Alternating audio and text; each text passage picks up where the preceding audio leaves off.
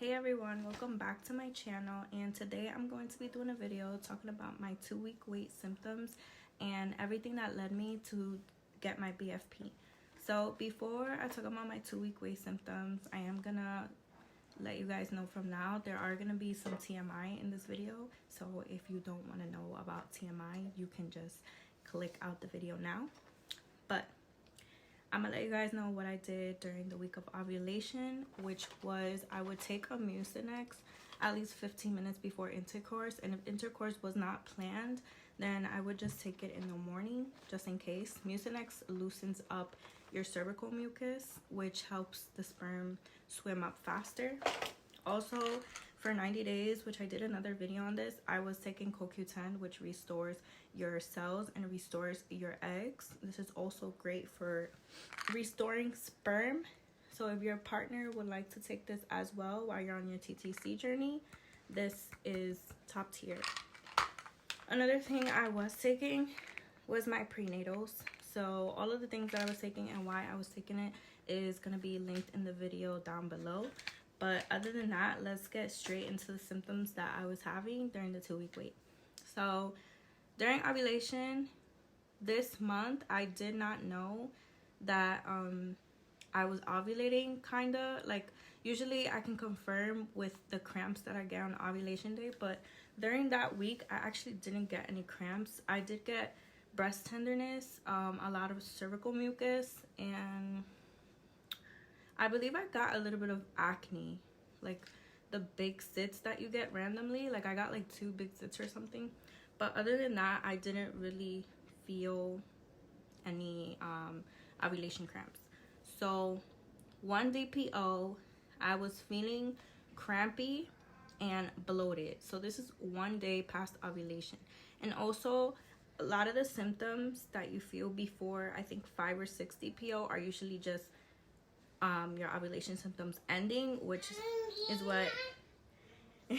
what they usually say. But this was the only month out of all my TTC journey months that I felt symptoms very early on. So I just feel like your body knows very early on when the egg is going to be fertilized.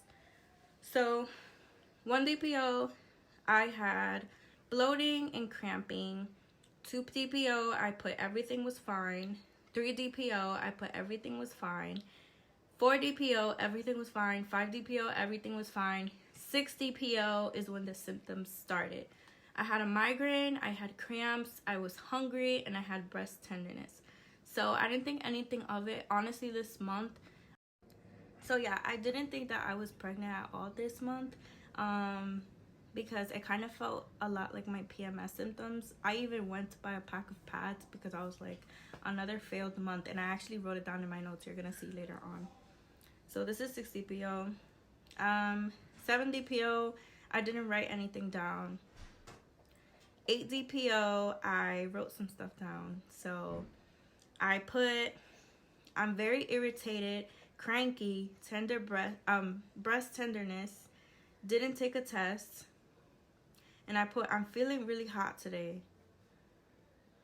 7 DPO, I put crampy, headaches, breast tenderness, and I put really hot.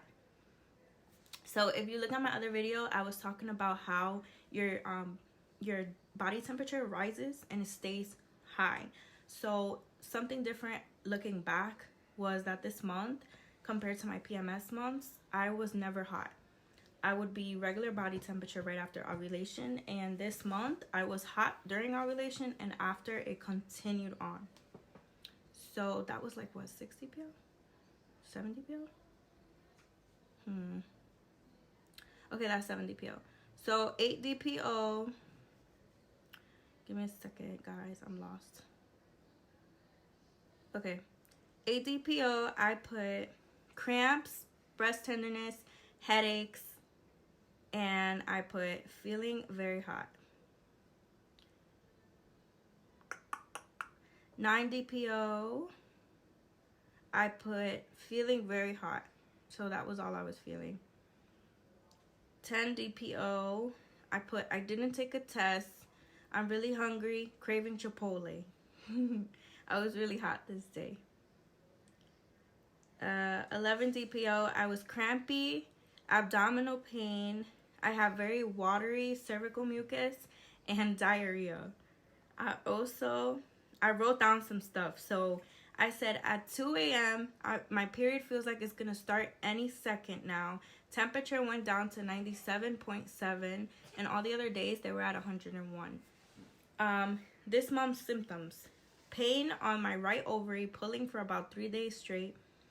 That's what I get. We get this every month. Pay no mind.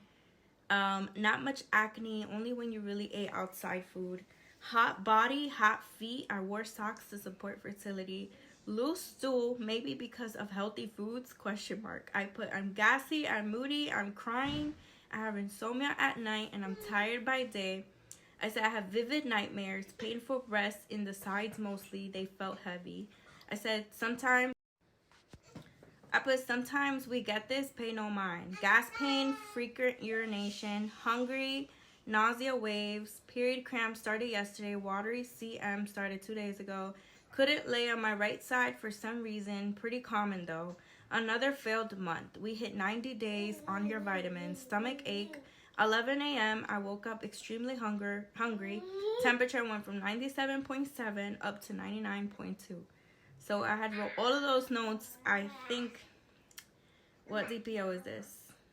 So that was what? So I think that's 14 DPO. So let me see, 7, 8, 9. Okay, all of those symptoms were 11 DPO. So 12 DPO, this is 12 DPO.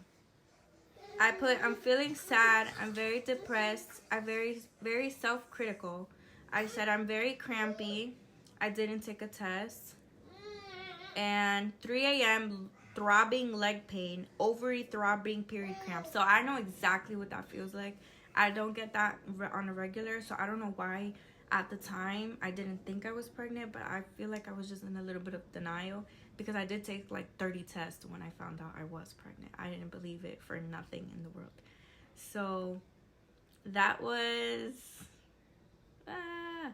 7, 8, 9, 10, 11, 12, 13 DPO. 14 DPO, I'm very crampy. I have a lot of acne on my right side. I said cystic acne. 15 DPO, I put cramps, headaches, sticky CM, and I put soreness in my vagina, like period is gonna start. So yeah. 16 DPO, I put tender breast, headache, insomnia, more hungry, and headache last night. I couldn't sleep. I wanted Chipotle, but it was too late to get it. 16 DPO, I put frequent urination, crampy, tender breast, increased discharge, very sticky. I put feeling super hot. That was 16 DPO. 17 DPO, I put everything is fine. 18 DPO, I put everything was fine. 19 DPO, acne, increased discharge. I got my first positive pregnancy test. And I had diarrhea. 20 DPO, I didn't have any symptoms. And 21 DPO was frequent urination, cramps, increased discharge, bloating, and nothing else. 22 DPO, cramps, tender breast, acne, fatigue. I put, my baby got me Chipotle today, I'm happy. From there on, I think this skips to 23 DPO. I started spotting. What's wrong, baby? I started spotting and I had diarrhea, so I was a little bit scared. 24 DPO, I had cramps. The spotting continued. This is after I got my BFP. 25 DPO, I had leg cramps, extreme cramps, increased discharge, spotting increased. 26 DPO, I started bleeding heavily, and I ended up going to get myself checked at the doctor's, and they said that everything was okay and that my cervix was closed. I had extreme abdominal cramps, cravings, cramps, and leg cramps.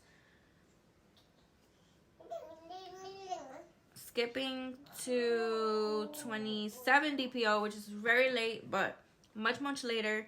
These are my pregnancy symptoms now. So I have the day after, which I forget what DPO, but from there it was all basically, I was spotting for about 2 weeks on and off. That was one thing. So if you are spotting and you already get a BFP, always get yourself checked. I know that when you call your OB and you tell them that you're pregnant, they want you to go on 9 weeks. But if you let them know that you have been bleeding or heavily bleeding, they will take you. And my regular OB is a walk-in clinic. So when I went as a walk-in, and I told them I was having some bleeding. I found out I was just pregnant.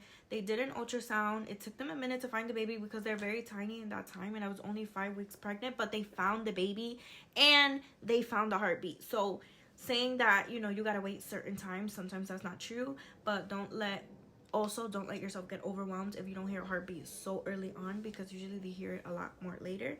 But I was just lucky enough to be able to hear the baby's heartbeat so early on, and to find out that my cervix was closed and I was just probably having implantation bleeding. They wasn't sure where the bleeding was coming from because my cervix was closed. So besties, those were all of my symptoms that led me to my BFP, and I hope that helps you guys. And I wanted to let you guys know that every month that I thought I was pregnant, I was not. In the month that I believed I was not pregnant, I was. And I know that you see this a lot. People are going to tell you all the time, don't stress, don't stress, don't stress. Don't stress. But it's hard not to stress. So I'm not going to tell you not to. But honestly, stressing is what makes it harder to get pregnant. The week of ovulation, these are all the things that I did. It was my hubby's birthday at the time. So we went to the spa. We went to Soho Spa. I think it's Sojo or Soho Spa, I don't know, but we went to the spa and I was feeling so relaxed. On top of that, I was drinking Nello Super Calm, which I will put the link of this below, but it lowers your cortisol levels and it lowers your stress levels, which is what causes high cortisol, and it helps you sleep at night. It has ashwagandha, magnesium, vitamin D3.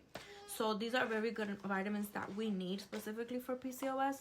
But also women that are just trying to conceive, period, this is really good for you. It's not only for PCOS, but it helps a lot with your stress hormones. It helps a lot with symptoms that you may be having, like if you're not able to sleep at night, if you have a lot of stress, if you overthink, this helps you. This like turns your brain off at night. I do suggest drinking it at night only because it does make you sleepy, but it does give you a lot of energy the day after. So I definitely think this is something you might want to try if you are TTC and during your ovulation time. I do have a video linked down below with all of the things that I did to get pregnant, because I did struggle for 3 years and I finally made some changes, and in 90 days I did get pregnant.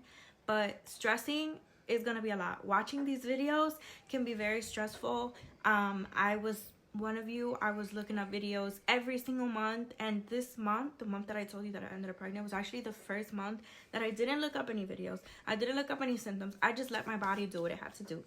Some things I did to help myself conceive: I wore socks when I was feeling very hot. I wasn't eating like anything that would cause like implantation to fail, which I can put a list of it down below. There's some foods that can actually cause implantation to fail. Also, I can do another video on the vitamins that my husband was taking, so while we were in our TTC journey, because it takes two to tango. So yeah, besties, if you guys want any more videos or updates on how my pregnancy was going and everything I went through, how my labor was, I can definitely do a story time on all of these things. I ended up getting an emergency C-section just because my doctors decided to induce me, and it made everything go left. And it's not to scare anybody.